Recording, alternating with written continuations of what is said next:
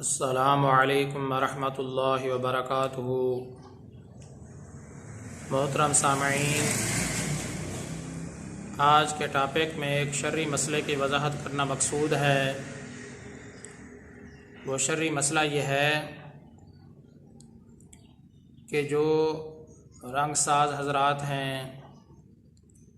और इसी तरह मुख्तलिफ़ किस्म के जो लोग मुख्तलिफ़ किस्म के काम करते हैं, जिन कामों की वजह से उनके हाथ, पाँव या कोई भी जिस्म का उज़्व हो उन पर रंग लगा रह जाता है। इसी तरह जो लोग वर्कशॉपों में काम करते हैं तो उनके जो आज़ा होते हैं वो तेल की वजह से या किसी भी चीज़ की वजह से काले हो जाते हैं। तो वुज़ू और गुस्ल में उनको काफ़ी मसला दरपेश आता है, काफ़ी उनको मुश्किलात का सामना करना पड़ता है। जो रंगसाज होते हैं उनके लिए भी बहुत ज़्यादा मजबूरी बन जाती है।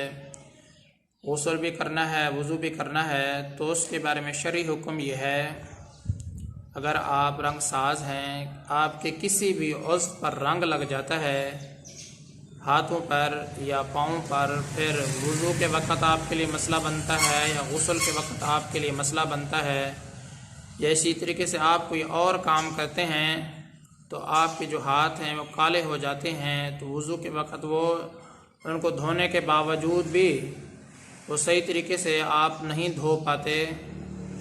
तो उसके लिए शरई हुक्म यह है, आप मुमकिन हद तक पूरी कोशिश करें जितना आपसे हो सकती है कि अगर आपके हाथों में रंग लगा हुआ है, आप पूरी कोशिश करें उसको उतारने की।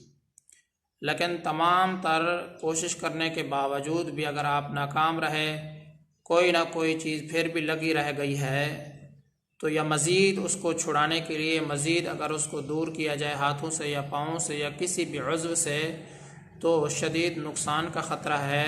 तो फिर ऐसी सूरत हाल में ज़रूरत की वजह से या फिर दफ़ा हर्ज की वजह से, हर्ज को दूर करने की वजह से वो चीज़ माफ़ हो जाती है।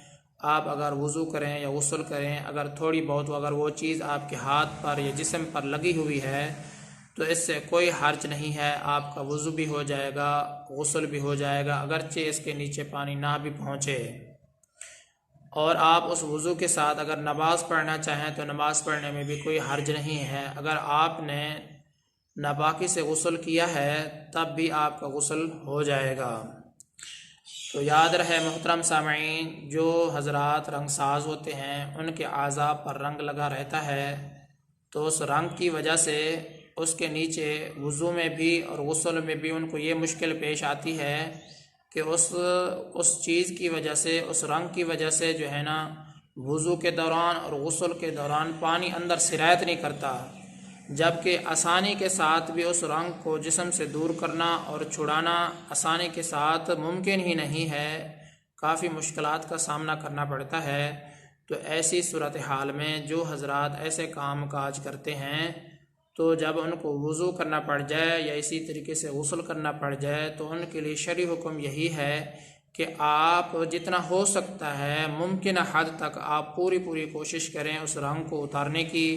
या इसी तरह मुबलैल लगा हुआ है या इसी तरह कोई और चीज़ लगी हुई है, एल्फ़ी लगी हुई है, गिल्यू लगी हुई है, बॉन्ड वगैरह, ये चीज़ें अगर आपके हाथ पर लगी हुई हैं तो आप मुमकिन हद तक पूरी कोशिश करें इनको उतारने की। लेकिन तमाम तर कोशिश करने के बावजूद भी अगर ये चीज़ें फिर भी लगी रह जाएं और मज़ीद अगर इनको छुड़ाया जाए तो आपको शदीद नुकसान का ख़तरा होता है। तो फिर दफ़ा हर्ज की वजह से और ज़रूरत की वजह से ये माफ़ है, मज़ीद छुड़ाने की कोई ज़रूरत नहीं है।